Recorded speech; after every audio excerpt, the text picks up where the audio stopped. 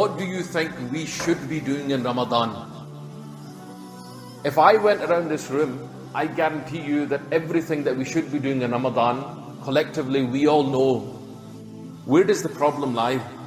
Is the problem not knowing what to do in Ramadan, or is the problem not being able to do what we need to do in Ramadan? So Allah Ta'ala, when He mentions the purpose of Ramadan, that, oh you believe, Ya ayyuhalladhina amanu, kutiba alaykum as-siyam kama kutiba ala alladhina min qablikum la'allakum. Allah Ta'ala says that this fast was there, prescribed upon you, as it was for those people before you, so that you may obtain taqwa. This state of God-fearingness, this state of having the ability to genuinely turn away from sins.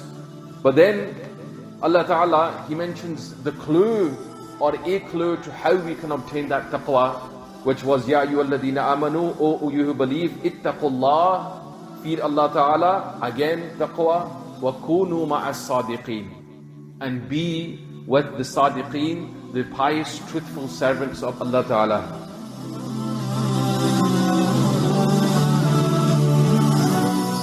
The great Sufi giant Hazrat Maulana Muhammad Zakaria Kandhelwi Rahmatullah Alayhi. This is somebody who passed away in 1982. Many of the Buzurgs, many of my elders or Mashayikh, they will have seen this Shaykh with their own eyes.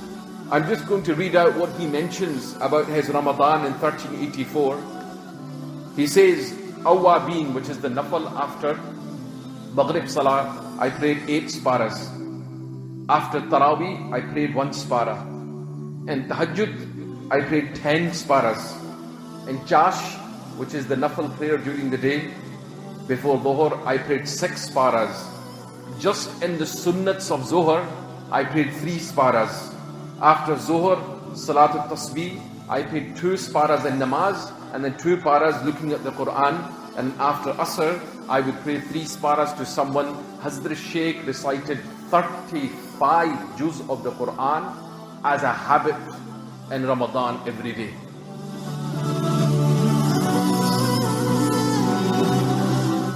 Someone who I've seen with my own eyes in the majalis of Laylatul Nur, it was mentioned in a kitab that Hazrat Maulana Nur al-Haq Saheb managed to finish the Qur'an in one sitting, or in one 24-hour i'tikaf, from start to finish 2 times in one day. When I went to Hazrat Maulana Nur al-Haq Saheb's house, I mentioned to him that I read this about you in the kitab. And as I was talking to Hazrat Maulana Nur al-Haq Saheb, he kept saying to me that, oh, I managed to do 3. And I was a bit confused, because in the book I read 2, as if 2 Qur'ans in one day is something not amazing. But when I finally asked him, he said, no, he goes, with the blessing of the Sadiqeen, with the encouragement and the company of these truthful, pious servants of Allah, with our Hazrat Rahmatullah Alayhi, it got to one point where I managed to complete 3 full Qur'ans in one day. Guys, I'm not talking about fairy tale characters. These are real people, okay, real period with real spirituality. But what the message I wanted to give you is, try and spend as much time in the company of the pious, and inshallah you will have this ability to do just as much, or definitely more, than we are doing right now.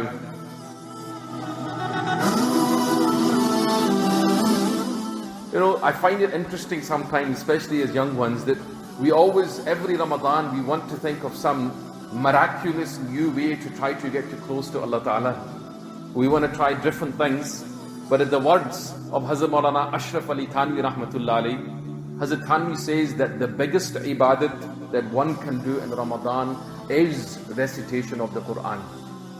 And it reminds me of what Imam Malik Rahmatullah says, that when we think things are old and mundane and boring and difficult, we feel that perhaps the solution to getting close to Allah needs to be something different. I'm not saying there's anything wrong with anything different.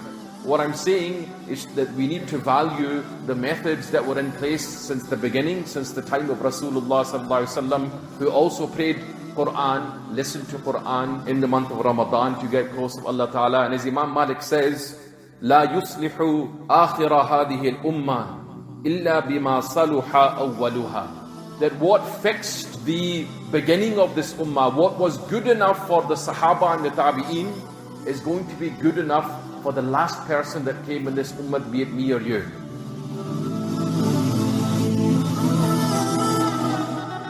There are many people that recite the Qur'an, وَالْقُرْآنُ يَلْعَنُهُ, but the Qur'an, rather than it being a source of goodness, it curses him.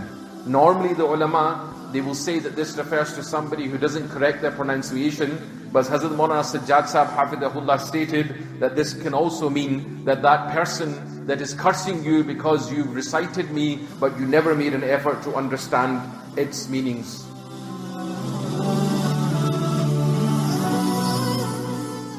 You know, this one brother said something very nice, that I used to wonder how the pious people would spend all night praying the Qur'an and worship, but when I seen people on their phone, on their Insta, on their Facebook, on their Twitter, on their YouTube feeds, on their YouTube shorts for hours and hours at a time, I realized that, you know what, it's all about love.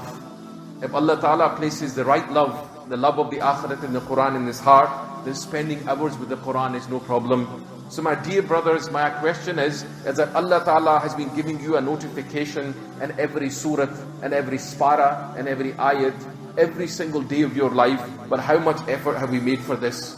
Let's finally turn on the notification of the Qur'an, turn off all the other notifications that we don't need, and let us not be content with just being happy that we have studied other things in the world, but try and make an effort to study the meanings of the Qur'an.